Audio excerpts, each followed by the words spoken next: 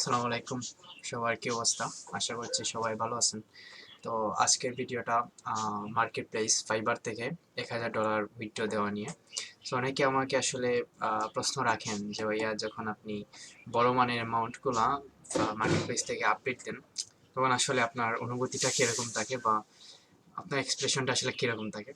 আসলে অনুভূতি বা এক্সপ্রেশনের কথা বলতে গেলে, যদি ফিরে যাই অনেকদিন আগের কথা, যখন আমি ফাইবারের প্রথম অর্ডার, লাইফের ফ্রিল্যান্স মার্কেট প্লেস থেকে প্রথম অর্ডার যখন কমপ্লিট করি, সেটা ছিল $20, $20-এর।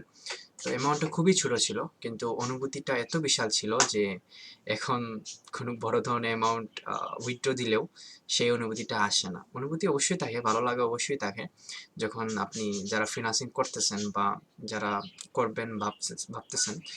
সো যখন আপনি আসলে লাইফের প্রথম অর্ডারটা কমপ্লিট করবেন, বা সেটা হোক $5, হোক $10 বা $20, এনি অ্যামাউন্ট হইতে পারে, কিন্তু তখন যে আসলে এক্সপ্রেশনটা আপনার পাবেন বা যে অনুভূতিটা আপনি পাবেন, সেটা অন্য কোনো দিন সেটা পাবেন বলে মনে হয় না। কারণ প্রথম যে অর্ডারটা, সেটা সবার ক্ষেত্রে আর কি অনেক বড় একটা ইফেক্ট নিয়ে আসে। তো এরপরও যখন আমি প্রতিনিয়তই প্রায় সময়ই বড় বড় অ্যামাউন্টগুলো উইথড্র দিই মার্কেট প্লেসগুলো থেকে, তো অনেক ভালোই লাগে আসলে। যখন আসলে যদি চিন্তা করি একটু অন্যভাবে, যে এখানে যে আমি $1000 উইথড্র দিচ্ছি আজকে, তো সেটা আসলে শুধু আমার নিজের না, আমার এখান থেকে আমার দেশের জন্য রেমিটেন্স হিসেবে কাজ করবে। সো যেটা আসলে খুবই ভালো লাগে, কারণ বৈদেশিক মুদ্রা যখন আপনি দেশে নিয়ে আসবেন, সেটা বেশি ইফেক্ট করে আমাদের অর্থনীতিতে। তো সে যাই হোক, আপনারা সবাই জানেন যারা ফ্রিল্যান্সে আছেন, যে আমাদের একটা মাধ্যম, সেটা হচ্ছে পেওনিয়ারকে প্রথমে কানেক্ট করতে হয় আমাদের ফাইবারের অ্যাকাউন্টের সাথে। পেওনিয়ার হচ্ছে একটা ইন্টারন্যাশনাল ব্যাংকিং সিস্টেম, যেটার মাধ্যমে আপনি খুব সহজেই আর কি ফাইবার থেকে যে আর্নিংটা করবেন বা ডলারগুলো উইথড্র ইজিলি আপনি দিতে পারবেন। তো আসলে যতটা ইজি ততটা ইজি না, অনেকগুলা স্টেপ ফলো করতে হয় বা অনেক রিকোয়ারমেন্টস, টস, এগুলো মেনে চলতে হয়। সো এরপরই কেবল আসলে উইথড্রগুলো দেওয়া যায়। তো সেটা হচ্ছে যে দুঃখের বিষয়, এখানে ৩টা অপশনই থাকে: পেপাল থাকে, bank transfer, fibre revenue card. So PayPal এটা আসলে বাংলাদেশে কবে আসবে? যদিও ডিসেম্বরে আসার কথা ছিল, কিন্তু আজকে ডিসেম্বরের 16 তারিখ, বিজয় দিবস, তো এখন পর্যন্ত আমরা পাই নাই পেপালটা। তো সেটার জন্য আসলে অনেক সাফার করতে হয় পেপালের জন্য। তো সেটা অন্য বিষয়, কিন্তু আমাদের অল্টারনেটিভ হয়ে কাজ করে পেওনিয়ার, যদিও অনেক এক্সট্রা ফিস পেওনিয়ার থেকে কাটে। যখন এখন নভেম্বর থেকে ওরা একটা করছে, যে রুলস দিছে, সেটা হচ্ছে আপনি মার্কেট প্লেসগুলো থেকে বা স্পেশালি ফাইবার থেকে আপনি যত ডলারই উইথড্র দেন না কেন, $3 আপনার করে কাটবে। দ্যাট মিনস দ্যাট আপনি যদি $50 উইথড্র দেন, ওইখান থেকে আপনার $3 কাটবে। আপনি যদি $20 উইথড্র দেন, ওইখান থেকেও $3 কাটবে। আপনি যদি $1000 বা $2000 উইথড্র দেন, ওইখান থেকেও $3 কাটবে। সো আগে দেখা যাইতো কি, আমার অ্যাকাউন্টে জমে গেছে 500, 700 বা যতই হোক, আমি আমরা কি করতাম, যে উইথড্র দিয়ে দিতাম উইথাউট এনি হেজিটেশন, কারণ কোনো ফিস কাটতো না।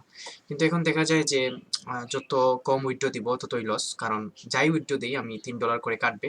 সো ভালো একটা বড় কোনো অ্যামাউন্ট যদি উইথড্র দেওয়া যায়। সো আগে কি দিতাম, $2000, $3000 বা $200, $300 হয়ে গেছে, অ্যাকাউন্টে জমে গেছে, উইথড্র দিয়ে দিলাম।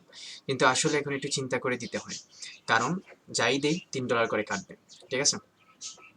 তো এখন এটা সবাই জানেন আসলে, যারা ফ্রিল্যান্সিং এ আসেন বা ফাইবারে স্পেশালি, এখান থেকে নেট ইনকাম বা আপনার পুরো ফাইবারের যে আর্নিংস একটা ড্যাশবোর্ড, এখান থেকে আপনি দেখতে পারবেন যে আপনি কত আর্ন করছেন, বা আপনার কতটা উইথড্র দিচ্ছেন অলরেডি, বা আপনার এভেলেবল ফর উইথড্রল, মানে আপনার পার্সোনাল ব্যালেন্স কত, বা পেন্ডিং ক্লিয়ারেন্স। ফাইবারে একটা জিনিস সবাই জানেন যে 14 দিন লাগে ফাইবারের আপনার ব্যালেন্সটা আসলে পেন্ডিং এ থাকে বা ক্লিয়ারেন্সের জন্য ওরা 14 দিন সময় নেয়। সো এখানে আমি অবশ্য কয়েকটা অপশন পাইছি, যে আর্লি পে আউটের অপশন। সেটা হচ্ছে যে আপনার যখন এক্সট্রা প্রায়োরিটি যেটাকে বলা হয় ফাইবার থেকে, যে আপনার মনে করেন আর্নিংটা, টাকাটা খুবই জরুরি বা ডলারগুলো খুবই জরুরি আপনার জন্য, আপনি উইথড্র দিতে চাচ্ছেন, সো আর্লি পে আউট করতে পারবেন, উইথিন মিলি সেকেন্ড আপনার অ্যাকাউন্টে এটা জমা হয়ে যাবে। কিন্তু তার জন্য কিছু ফিস কাটে ফাইবার, তো সামথিং 0.1% আর 2% করে কাটে। ঠিক আছে, আর্লি পে আউটে। তো এটা ভেরি করতে পারে আপনার ব্যালেন্সের উপর। লাইক আপনি যদি $100 যদি আর্লি পে আউট করতে চান, তো তখন $0.06 আপনার কাছ থেকে কাটবে ওরা। সো এটা ডিপেন্ড করবে বা ভেরি করবে আপনার কত অ্যামাউন্ট আপনি আর্লি পে আউট করতে চাচ্ছেন এটার উপর। তো সে যাই হোক, আমার অলরেডি লিঙ্ক আপ করা আছে আমার পেওনিয়ার অ্যাকাউন্ট। সো এখান থেকে কি হয় যে, যেমন আমার এখানে $1074 আমার এখানে জমা আছে, ঠিক আছে, মানে আমার পার্সোনাল অ্যাকাউন্টে আছে। আর পেন্ডিং ক্লিয়ারেন্স মানে এটা $172 আরও কি হচ্ছে পেন্ডিং এ আছে। সো চাইলে আমি এখন সেটা নিতে পারি, কিন্তু নিব না। শুধু শুধু তো ফাইবারকে এমনিতেই আমরা 20% দিচ্ছি, তো তার উপর আবার কিছু কমিশন মানে আর্লি পে আউটের জন্য বেকার, আসলে কোনো দরকারই নাই। আর এক্সপেক্টেড আর্নিংস, এটা মানে হচ্ছে যে আমার রানিং অর্ডার যেগুলো থেকে আমার আর্নিংসের চান্সটা আছে যে $392, ওটা বা উইথিন 1 to 2 days আমরা এটা পেয়ে যাব। অর্ডার কমপ্লিট, মোটামুটি কমপ্লিট, যা শুধু ডেলিভারি দেওয়ার সময়। তো তারপর হচ্ছে যে এটা হচ্ছে আর্নিংসের পার্ট, আর এটা হচ্ছে অ্যানালাইটিক্স, ঠিক আছে, মানে আপনি ওভারভিউটা দেখতে পারবেন যে আপনি কত করতেছেন বা না করতেছেন, ঠিক আছে। যেমন টোটাল অর্ডার্স কমপ্লিট কয়টা হয়েছে, আপনার এভরি সেলিং প্রাইস কত, বা টোটাল আর্নিংস 13,101। সো ওইখান থেকে আপনার আর্নিং ইন ডিসেম্বর মানে রিপিট বিজনেস সব কিছু আসলে দেখা যায়, এখান থেকে মনিটর করা যায় আপনার ফাইবারের ইয়াগুলা। আর এগুলো হচ্ছে ফাইবারের বিজনেস অ্যাকাউন্ট, মানে সেলার বিজনেস যেটাকে বলা হয়, যে এটা একটু পে করা লাগে, তখন কি পারফরমেন্স অর্ডার ব্রেকডাউন এগুলো দেখা যায়। সো এগুলো পরের বিষয়। তো সেটা হচ্ছে যে আরেকটা জিনিস আমি বলি, অনেকে উইড্রোটা দেওয়ার আগে যে অনেকে আসলে ওয়েবের যে সেক্টরটা, আপনারা জানেন যে আমি ওয়েব ডেভেলপমেন্ট বা ওয়েব ডিজাইন মানে ওয়েবের সেক্টর নিয়ে আমি কাজ করতেছি, ওয়েব এবং ওয়ার্ডপ্রেস।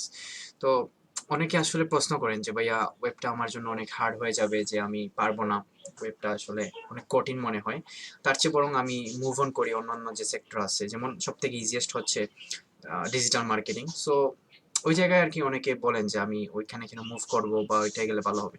আসলে কোনো সেক্টরকে ছোট করার কোনো প্রশ্ন ওঠে না, আপনার সবগুলা সেক্টরই খুব ভালো পারফরমেন্স বা ভালো ফিল্ড আছে।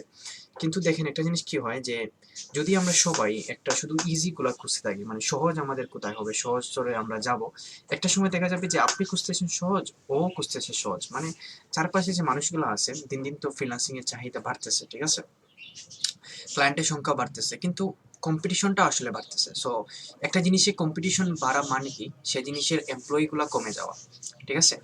যেমন আগে প্রতি গড়ে 100 জনে একজন হয়তো বা পাওয়া যেত ফ্রিল্যান্সার, কিন্তু এখন পাওয়া যায় যে, যারা ফ্রিল্যান্সার বলতে আমি বুঝাচ্ছি যারা ফ্রিল্যান্সিং করতে ইচ্ছুক বা কাজ শিখতেছেন বা মানে জানেন, এটলিস্ট অন্তত ফ্রিল্যান্সিং সম্পর্কে জানেন, তাদের কথা বলতেছি। তো 100 জনে একজন দেখা যাইতো, এখন দেখা যায় যে 100 জনে 20 জন 25 জন যারা ইন্টারেস্টেড ফ্রিল্যান্সিং শিখতে চাচ্ছেন বা এরকম কিছু একটা থাকে। সো দিন দিন কিন্তু এটা বাড়তে থাকবে। সো তখন আসলে প্রশ্নটা আসে যে কোনটা আমার ইজি, আমার জন্য যেটা ইজি হবে, যে কম দিনে আমি এটা পেয়ে যাব, বা অনেক লোভনীয় অফার আপনারা পান।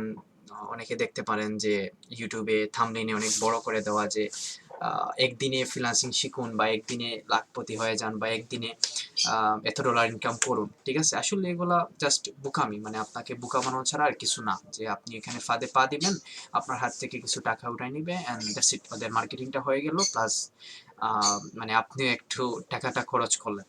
সো সে যাই হোক, এখন কোনো সেক্টরই ছোট না, কিন্তু দেখা যায় যে ডিজিটাল মার্কেটার এমনভাবে বের হইতেছে দিন দিন, যে দেখা যাবে এমন একটা দিন আসবে প্রত্যেক ঘরে ঘরে একজন করে ডিজিটাল মার্কেটার দেখা যাবে, ঠিক আছে।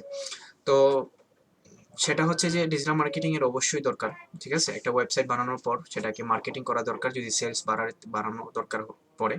সো দেখা যায় আসলে এমনটা চাহিদা কমতে থাকবে, মানে কম্পিটিশনটা বাড়তে থাকবে, যেখানে সেখানে চাহিদাটা কমতে থাকে, মানুষ চাহিদাটা পূরণ করে ফেলে।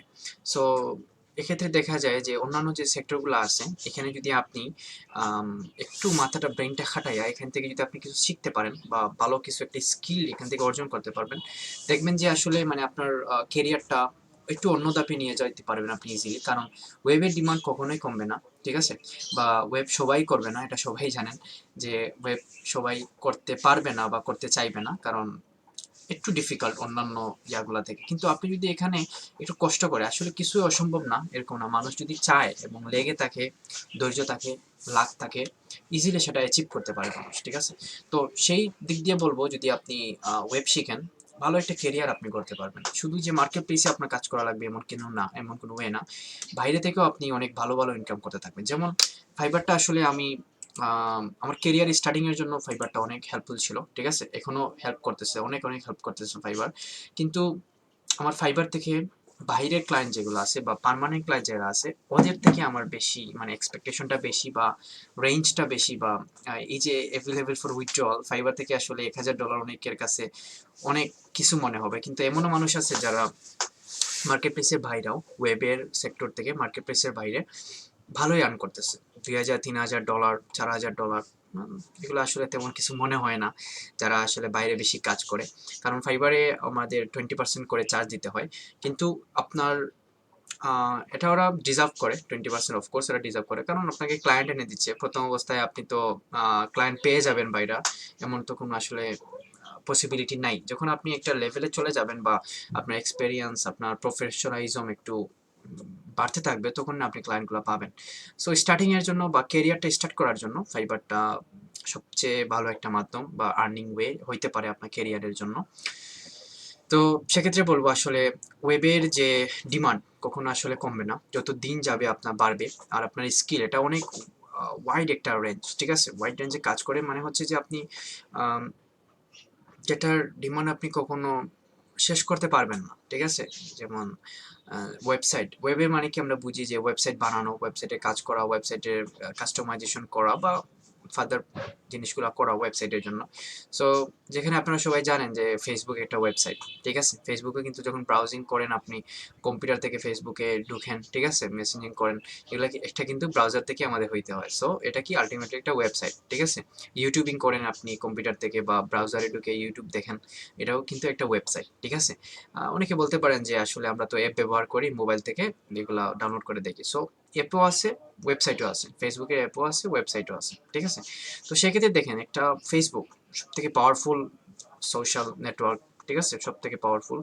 তো তারও ওয়েবসাইট আছে। তার মানে কি? তার মানে যারা মানে এটা আসলে আর বলার কোনো ইয়া হচ্ছে না যে ওয়েবসাইটের ডিমান্ড কিরকম, এটা সবাই জানেন, ঠিক আছে? দারাজ থেকে গিয়ে আমরা কি করি, শপিং টপিং করি, ঠিক আছে? কিন্তু এই যে দারাজের পিছনে যে ফাংশনালিটি গুলো করা হয়েছে, মানে প্রোডাক্ট গুলা সাজাই রাখা হয়েছে, এগুলা তো ওয়েবসাইটের অংশ, তাই না? ব্যাকএন্ডে কাজ করা হয়েছে। সো এইগুলো যদি আমরা শিখতে পারি আসলে, যে আমাদের মার্কেট প্লেসে কাজ করা লাগবে এমন কোনো ইয়া না, মার্কেট প্লেসে আমাদের কাজ করা লাগবে এমন কোনো ইয়া না। নিজের জন্য হলে আমাদের সেটা শেখা উচিত। নিজের জন্য একটা ওয়েবসাইট বানাইতে হইলে বা দেখা যায় অনেকে আসলে ইউনিভার্সিটি মাস্টার্স, সিএসসিতে মাস্টার্স, অনার্স মাস্টার্স সব কিছু কমপ্লিট করে ফেলছেন, কিন্তু স্টিল নাও ওয়েবসাইট বানাইতে পারেন না, ঠিক আছে? এরকম অনেক পাবেন। কিন্তু তার কারণটা হচ্ছে আসলে ওয়েব নিয়ে, মানে ওয়েব একটা কঠিন জিনিস, সেটা নিয়ে আমি কেন পড়বো? আমি জাস্ট পাস করে নেই, দ্যাটস ইট, আর কিছু লাগবে না।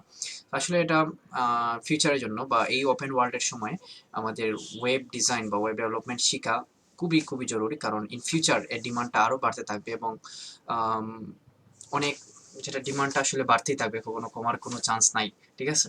সো আর কথা না বাড়াই, আমরা দেখি যে কিভাবে আসলে উইড্রোটা দেই। প্রথমত আমাদের অপশন থাকে পেপালের অপশন, তারপর ব্যাংক ট্রান্সফার। ব্যাংক ট্রান্সফার যেটা আসলে অনেকেই ভাবেন যে ডাইরেক্ট আমার ব্যাংকে চলে আসবে, আসলে ব্যাপারটা এরকম না। এখানে অনেক বাধা উতরাই দেওয়ার পরে আসে, কারণ প্রসেসটা অনেক লং, যেহেতু পেপাল নাই আমরা এখানে আটকে আছি। সো এখান থেকে আমাদেরকে সিম্পলি আমি ক্লিক করি কোথায়, ব্যাংক ট্রান্সফারে ক্লিক করি। দেওয়ার পর আমি এখানে মানে ফাইবার থেকে যে একটা নোটিফিকেশন দেওয়া হয় বা একটা পপ আপ ওপেন হয়, যে এখান থেকে বলতেছে যে আমি ট্রান্সফার করতে যাচ্ছি, একটা কনফার্ম এন্ড উইথড্র, মানে কনফার্মেশনের জন্য আবার একটা পপ আপ ওপেন হয়। আর এখানে বলে দেয় যে আপনার it may take up to 7 business days to transfer funds, মানে 7 দিন লাগতে পারে আপনার অ্যাকাউন্টে টাকাগুলা মানে ডলারগুলা জমা হইতে। আসলে 7 দিন লাগে না যদি আপনি ভালো মতো সব কিছু সেট আপ করা থাকে আপনার অলরেডি উইথাউট এনি প্রবলেম।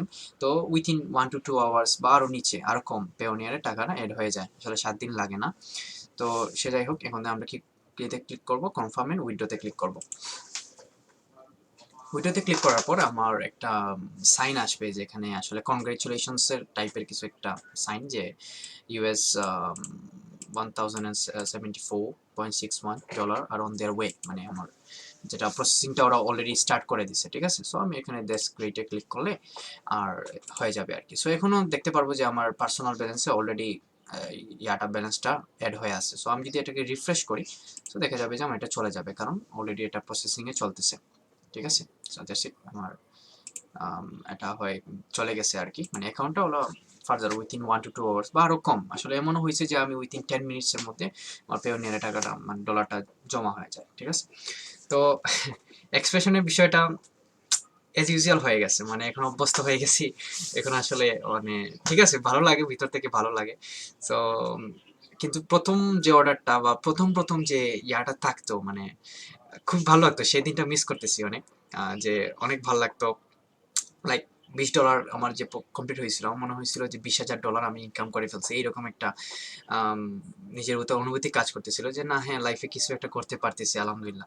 তো এখন যাই পজিশনে আছি আলহামদুলিল্লাহ অনেক ভালো আছি। তো সেই হিসেবে আইসা এই পজিশনটা আসলে আসে না, ঠিক আছে, কিন্তু এরপরও আলহামদুলিল্লাহ অনেক ভালো।